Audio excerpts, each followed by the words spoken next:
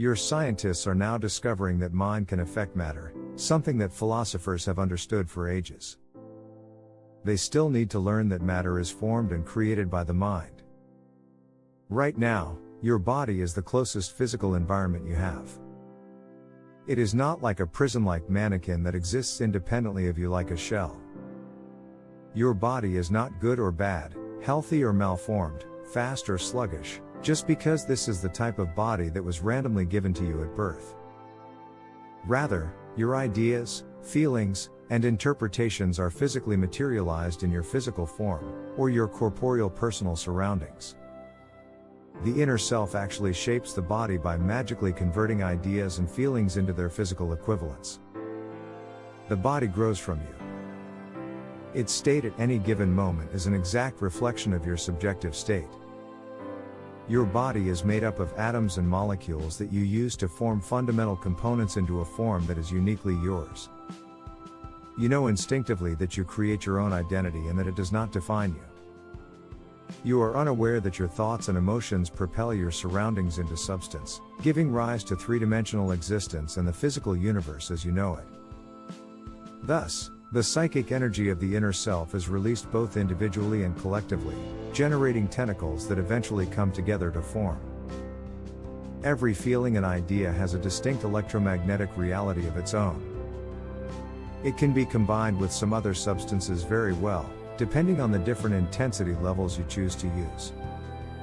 Though there are some significant differences, three-dimensional objects are produced fairly similarly to the ones you see on your television screen. Additionally, you will not be able to perceive the actual items at all if you are not tuned into that specific frequency.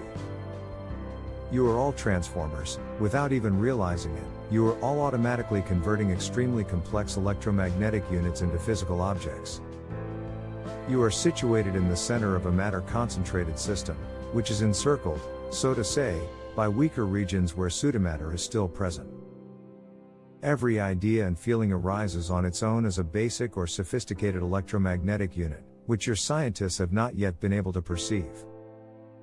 The physical image that the thought or emotion will develop into will depend on its intensity, which also dictates its strength and permanence.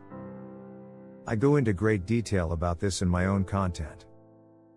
I just want you to realize that this is a reflection of an inner reality, and not the actual world as you know it. You are essentially composed of the same materials as a stone, a bird, a chair, and a head of lettuce. All consciousness comes together to generate the forms you see in a massive cooperative effort.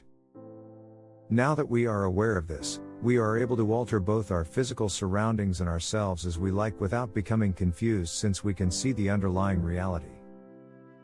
We also understand that since all consciousness must be in a state of change, the illusion of permanence of form is false.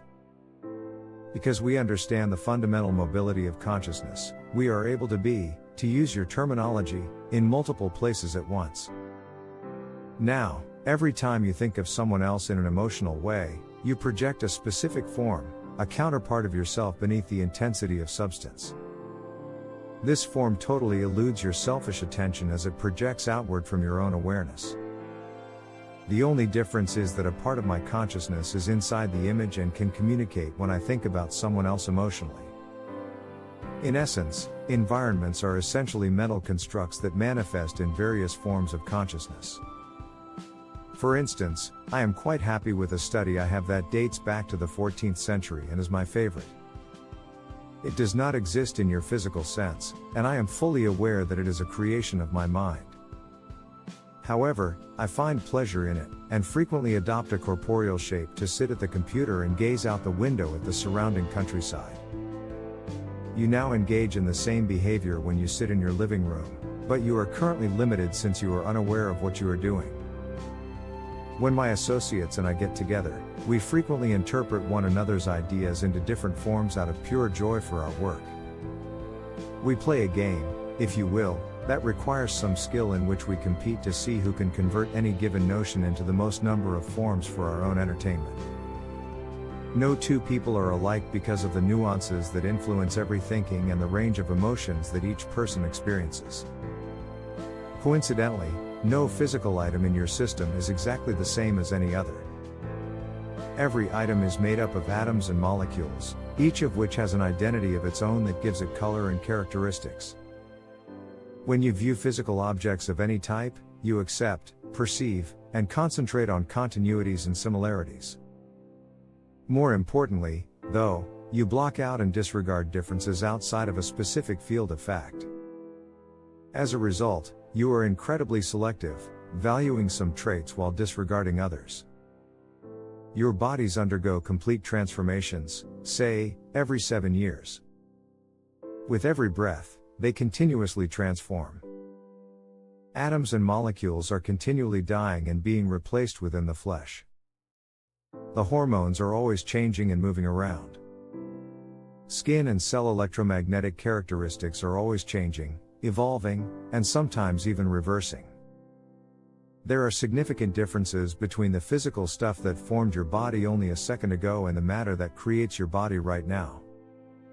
You would be shocked that you ever thought of the body as a single, roughly consistent, coherent entity if you were to observe the ongoing changes within it with the same tenacity as you do the seemingly permanent aspects of it. You concentrate on and create the idea of a comparatively constant and stable conscious self even on a subjective level. You entirely disregard those that were previously characteristic but have since disappeared, as well as the fact that you are incapable of holding your thoughts still. Instead, you emphasize the ideas, thoughts, and attitudes that you remember from past experiences as being your own. In your words, the memory of a moment ago disappears. To maintain a relatively constant, relatively permanent environment, you attempt to preserve a consistent, relatively permanent physical and subjective self. As a result, you can choose to ignore these updates at all times. The same ones that might help you comprehend individual subjectivity, the physical world that appears to surround you, and the genuine nature of reality are precisely the ones you refuse to admit. When a thought exits your conscious awareness, what happens to it? It does not just vanish. Although you can learn to follow it, you are typically afraid to break from its tight focus in this three-dimensional world. It appears that the thought vanishes as a result.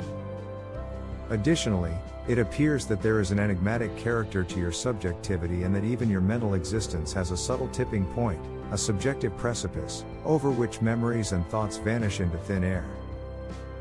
Therefore, you build different psychological barriers at what you perceive to be the danger areas in order to protect yourself and keep your subjectivity from drifting. Rather, you see, you can track these feelings and ideas only by acknowledging that your own reality goes in a different direction than the one you most closely associate with. You will enter different situations as a result of these feelings and thoughts that have departed your consciousness. These subjective apertures that give the impression of thoughts vanishing are actually similar to psychic warps, linking the reality you know with alternate realities where symbols come to life and ideas are not denied the chance to manifest. In your dream states, there is communication between these other realities and your own, and there is ongoing interaction between both systems. In situations where you feel as though your consciousness is slipping away from you or vanishing altogether, these are the moments when you have created psychological and psychic barriers for yourself, and it is in these areas that you need to go. If not, it would seem as though your consciousness is locked up inside your brain, restricted and immobile, and each forgotten memory or lost thought appears, at least partially, like a tiny death. And that is not the case at all.